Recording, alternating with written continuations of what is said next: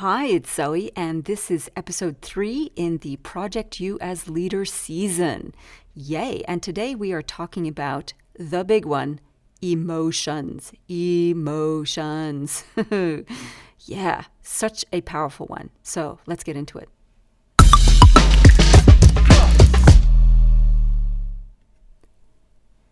Some of the most interesting in quotation marks, feedback I got from one of my bosses at summer camp way back when in the 90s was from my supervisor. He was camp director. His name was Jason. And in my end of summer review, he sent me a letter and he said, "You tend to be a little emotional when it comes to defending your team." And I was reading this in the letter and going, What? What is he talking about? What does he mean emotional? That's just great. Oh. Yeah, maybe I was a little emotional. Maybe I was a little volatile, if you like, very defensive of my crew. And I was very fierce in my defense of everything that was related to them. Nothing wrong with being focused on your team and looking after them. Maybe a little challenging to be too emotional. And certainly in my latest book, here's the subtle plug, People Stuff, I talk about the volatility of emotions in the chapter on the 4 devils of people stuff. And when it comes to emotions, some people can express them well, and some people less so. In either case, the emotional energy can be turbulent. And so if people are finding their emotional energy unrestrained, then they can come out as fierce and ferocious. And they come out as either a firebug, which is somebody who's angry and raging, or as a storm driver, somebody who's emotional and ranting. Either way, you tend to get, if you're on the receiving end of that, you just get covered in the emotions as opposed to hearing the message. So it's not a great way to communicate. On the other end of the spectrum are those who have the same intense emotions and yet can't express it verbally. It comes out in behavior.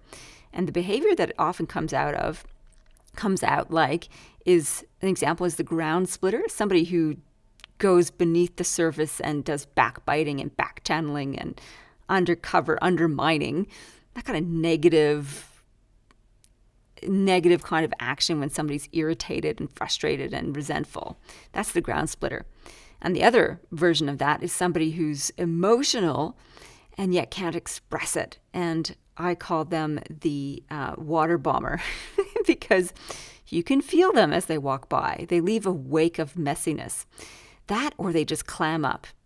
Either way, they're both really difficult. All 4 of those behaviors are quite difficult to handle.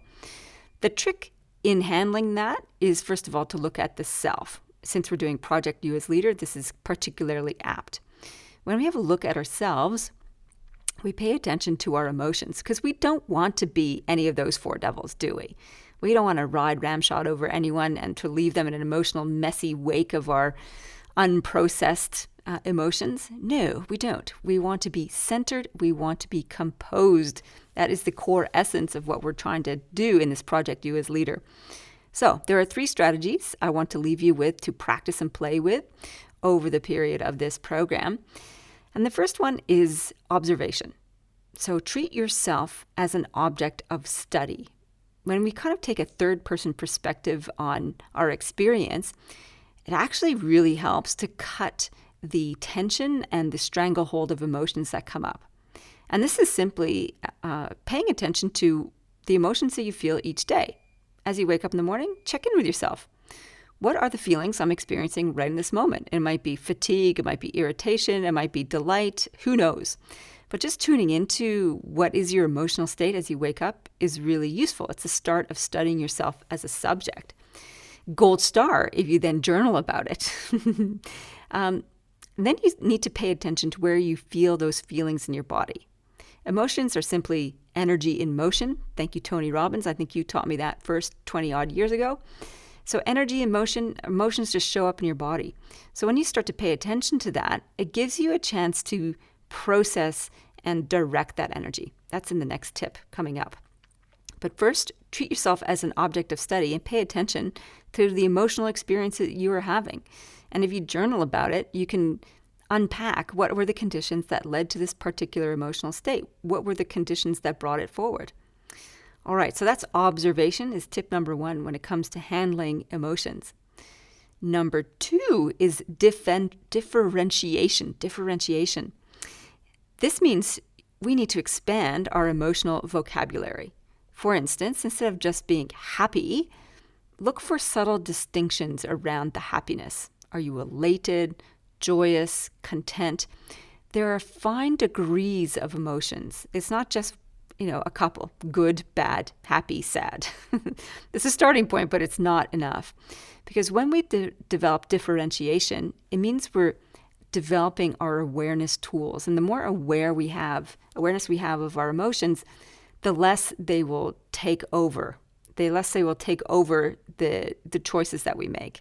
So we can observe them, identify and label them, kind of diffuses or unplugs them a little bit.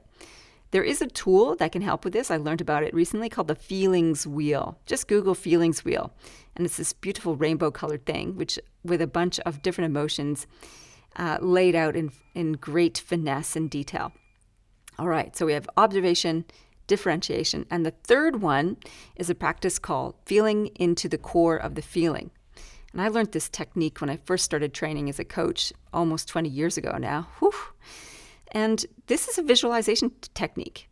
And essentially it's this: when you are experiencing an intense emotion, either happy or sad or whatever, whichever label you put on it, just bring your awareness to where you're experiencing that in your body.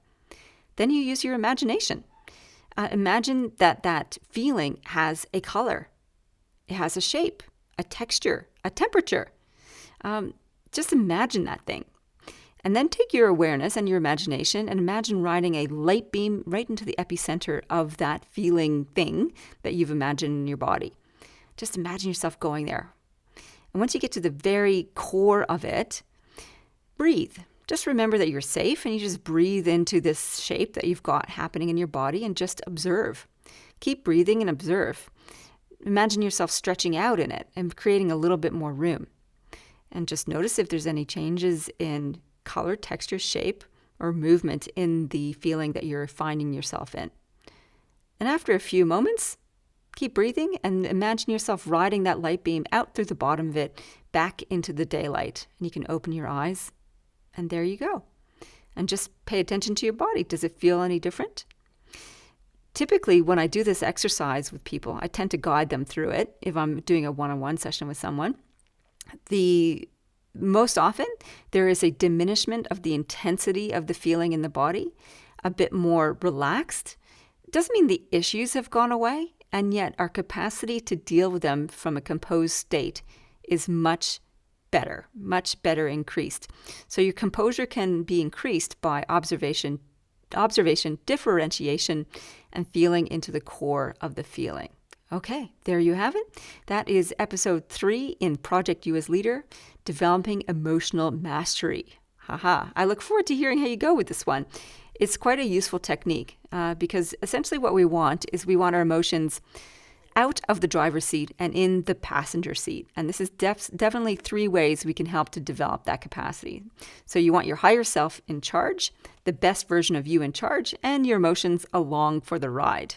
Okay, let's get on to it, and I'll see you on the next episode. In the meantime, live well, lead well.